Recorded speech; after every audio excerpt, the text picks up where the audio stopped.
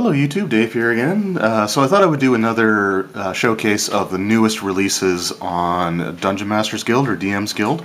I always focus on the print-on-demand items because that's personally what I'm mostly interested in.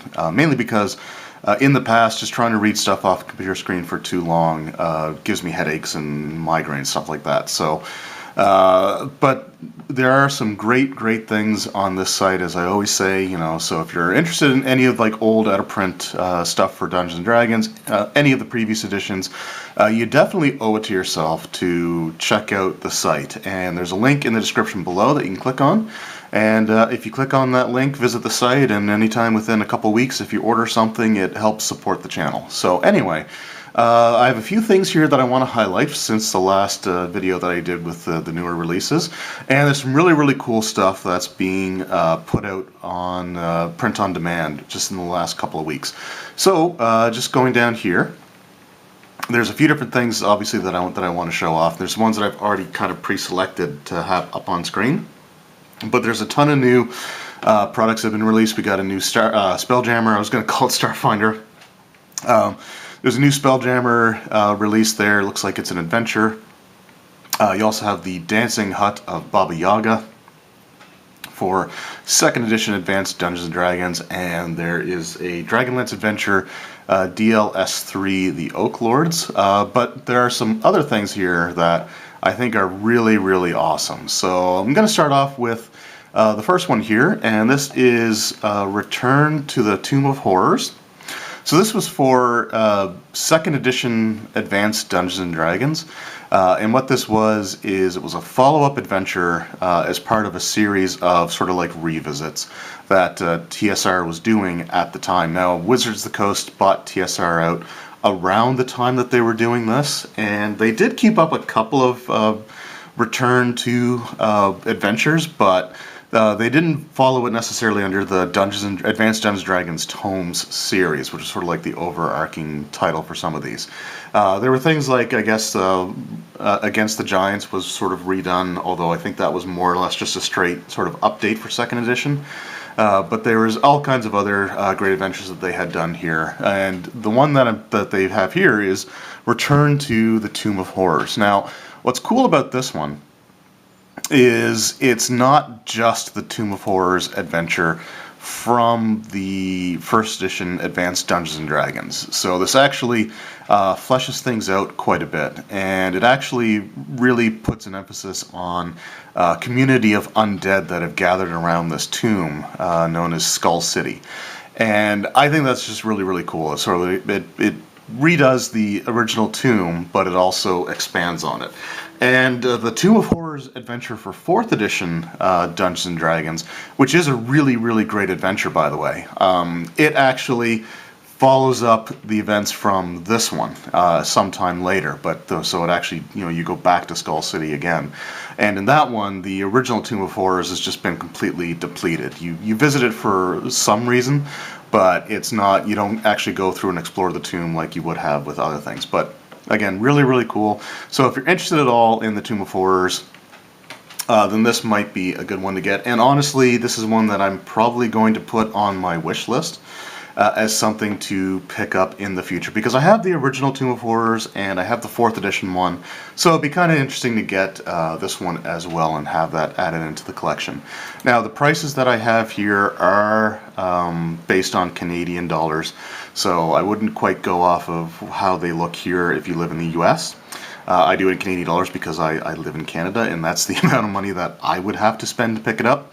The one thing about the Tome series is they were box sets originally. So, and there's some speculation that the box sets are part of what just kind of impacted TSR in terms of like the amount of money that they were spending to put these things out. So, I guess people say it's part of the mismanagement. I mean, I don't know. I love box sets, but all the maps and everything else, all the handouts and stuff that you would have had in the original box set are all just combined into a single softcover book for the purposes of the print-on-demand version. So, if you're looking to get this, my recommendation would be, and this is probably the way that I would end up doing it, would be to pick up the combination PDF and the book. So as you can see here, now again, I'm dealing with Canadian dollars, but the prices here for the PDF on its own is like $13 Canadian, so probably around $10 US. To buy the book is $26.27 Canadian, so you're probably looking at around a little over $20 US.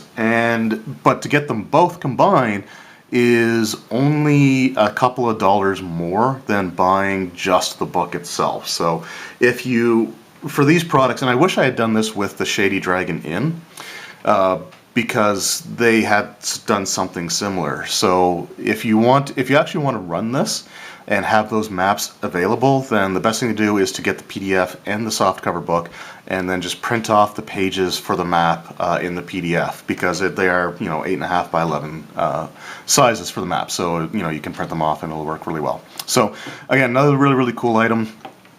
And Tomb of Horrors, as much as it's one of those polarizing adventures, it is a major part of Dungeons & Dragons history, and the Return series in a lot of ways kind of expand on and improved a lot of the stuff that we had with the original adventures. And I think that this is an example of them really sort of improving the overall by kind of fleshing it out and creating an area around the tomb to explore and give it its own sort of life and history there. So that's one that I would at least think might be of interest to some people. Another one that I want to show off here is sticking with 2nd edition once again. So this is Dungeons & Dragons Castles. So this is a 3-dimensional game accessory. So it comes with some posters as well, and has a complete fold-up castle. So basically, you'd have to, if you get this and print it off, so it just says here, note on the print edition, the posters, castle, and maps have been divided up and added to the book as separate pages in the softcover edition. So if you're planning on using them at your table, it's recommended again that you purchase both the PDF and the book itself. But it has 3 really iconic castles from some of the different campaign settings in Dungeons & Dragons. So, for example, you have Darkhold from the Forgotten Realms, which is one of the strongholds that the Zentarum have. And so Darkhold is a pretty infamous location in the Forgotten Realms. You have Drungar in the Dragonlance setting. Says the bastion of defense against Thenol's undead armies. Now, I'm not as familiar with Dragonlance or even Greyhawk as I am with the Forgotten Realms, but something tells me that again probably played a pretty important role in some of the novels, or maybe even some of the adventures.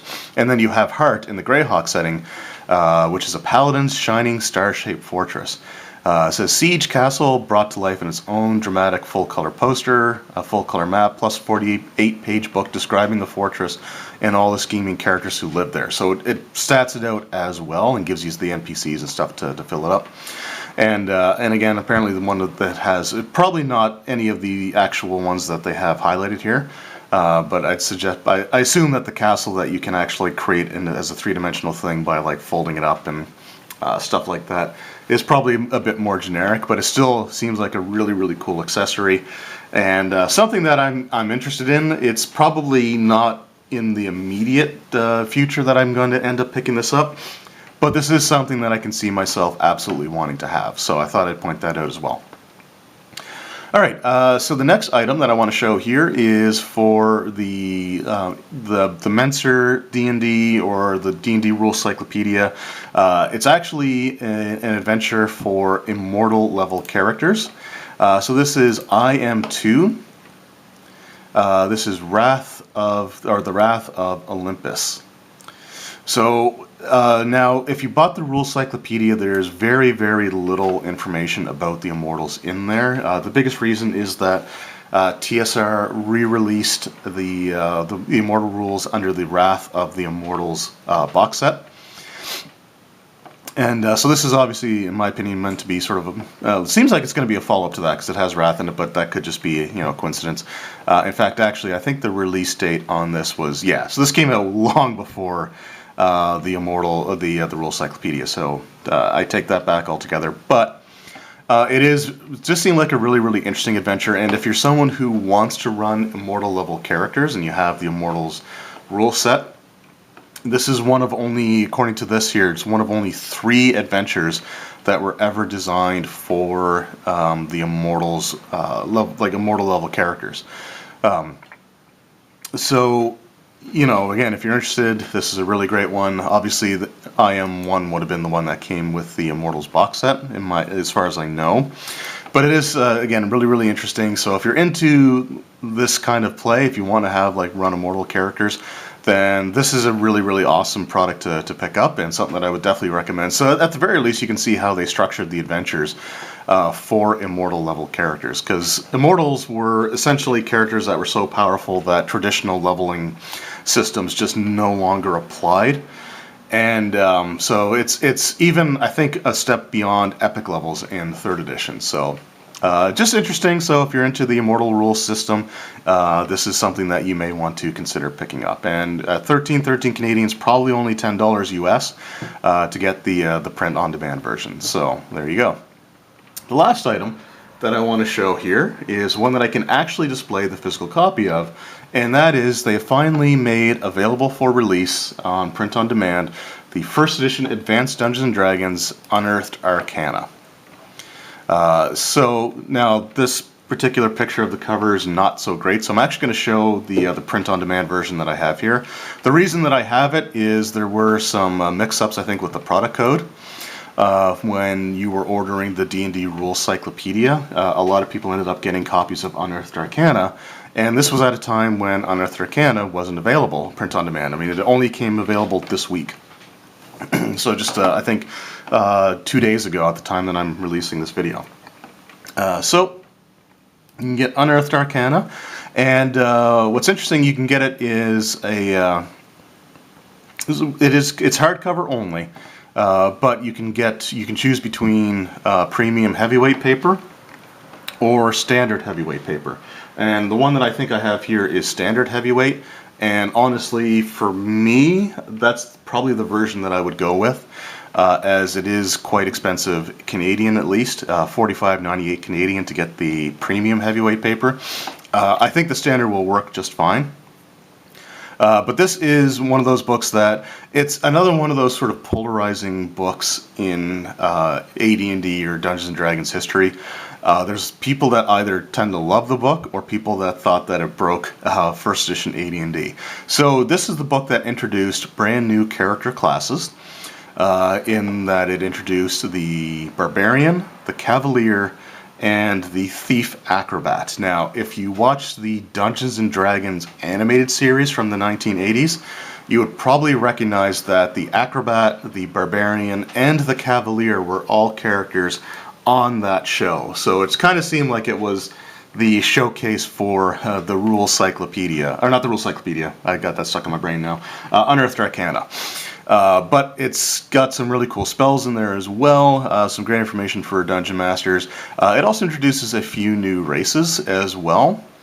So, for example, I think it has the Drow. I think you can play as a Dark Elf in there, and there's I think a couple other races that you can play in the book itself. So, if you're interested in 1st edition Advanced Dungeons & Dragons, and yeah, here we go. So we got the races.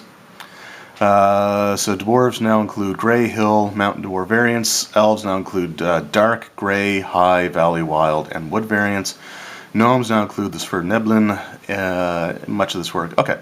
Yeah, so anyway, really, really, really cool book. And it's something that I would probably allow players to use in my 1st edition AD&D game. That's the biggest reason that I want to hold on to the version that I got, because if someone wants to play something out of that book, I'd rather have the print-on-demand version, mostly because the binding issues with the original were not very good. So, from my understanding, a lot like the Oriental Adventures book from back then, it was prone to having pages fall out.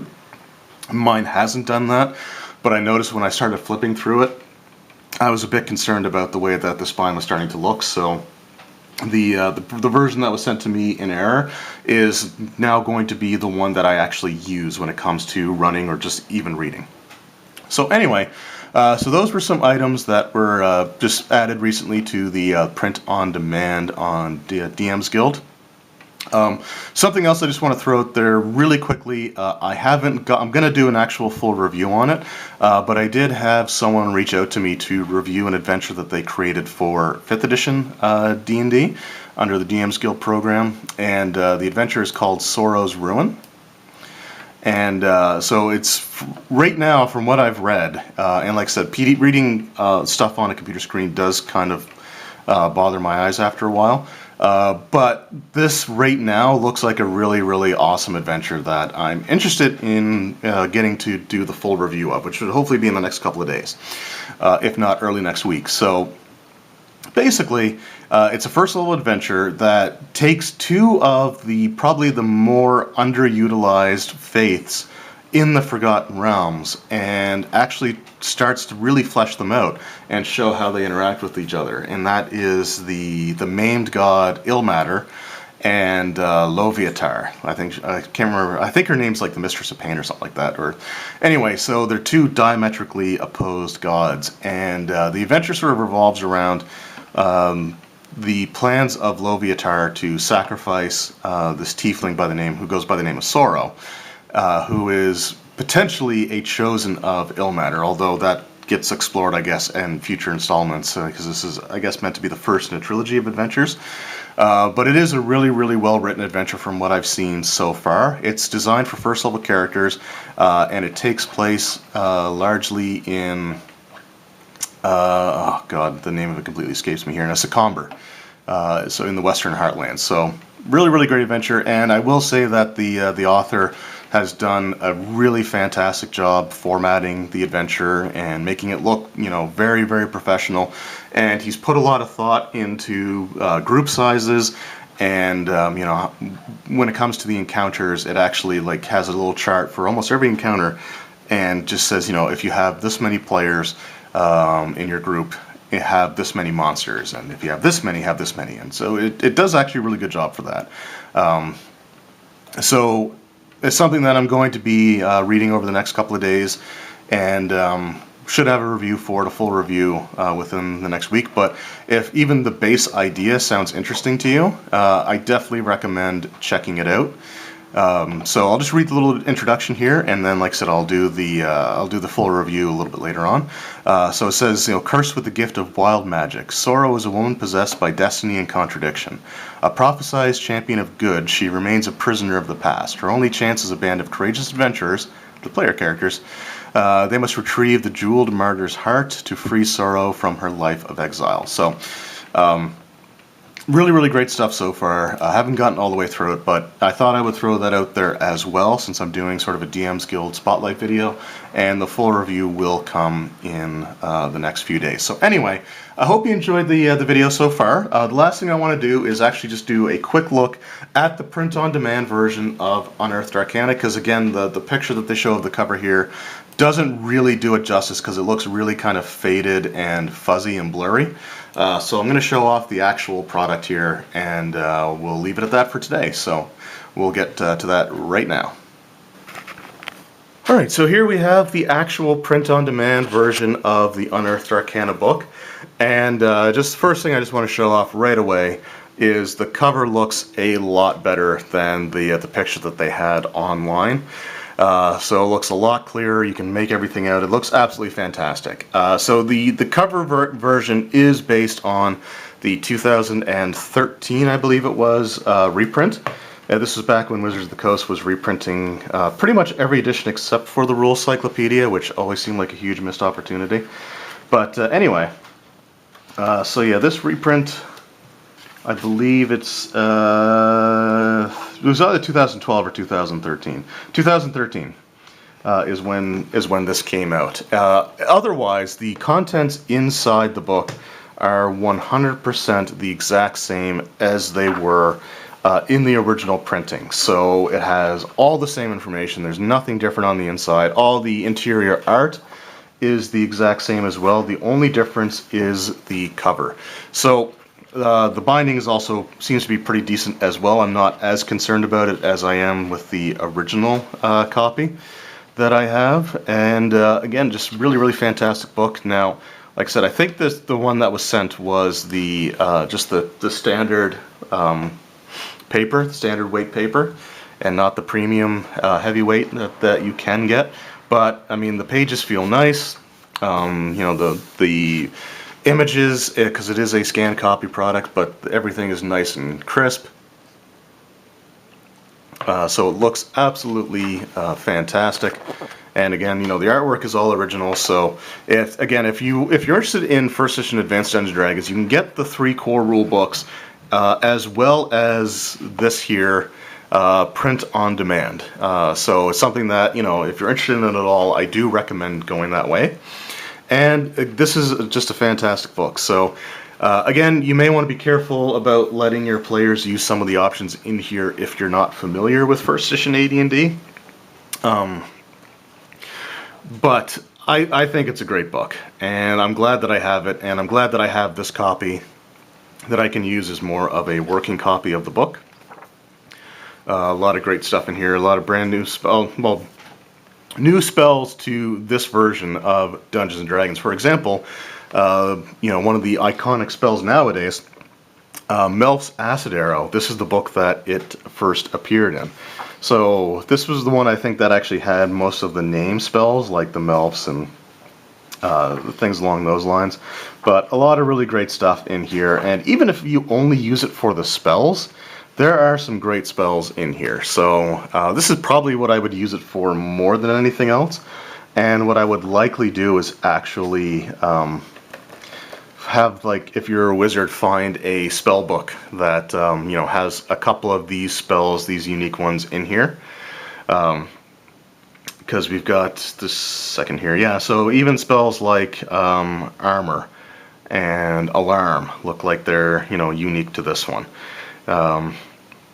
So just again, some really cool stuff in this book, and I just wanted to show this off because the cover looks significantly better in physical form than that picture made it out to look. So if it looked a little, you know, concerning based on the blurriness of the cover or sort of the darkness of the cover, because this is actually very bright and it looks, you know, it really pops out. So the actual book itself, the actual cover, looks a lot better than what was shown there. So anyway, so that was, whoop, I guess there's a little something still on the table here. All right. So yeah, so that was the video for this DM's Guild for this particular week. So again, if you're interested in any of those items, just click on the link below, and if you do end up purchasing anything, I get a small commission that really helps out with the channel. I recently placed an order actually for the B1 through 9 compilation book. And just based off of your guys' awesome amount of support already through using that affiliate link, it only ended up costing me $18 for the whole thing being, you know, shipped internationally to me from the United Kingdom all the way over to Nova Scotia. So the book itself cost me $10, and it was the $8 for shipping, so I got over half the price of the book off. So I really appreciate that. Thank you guys very much, and that level of support is really going to help going forward to be able to pick up some more of those items that I really want to add to the collection. So thank you very much again. I hope you enjoyed the video, and we will see you next time. Take care.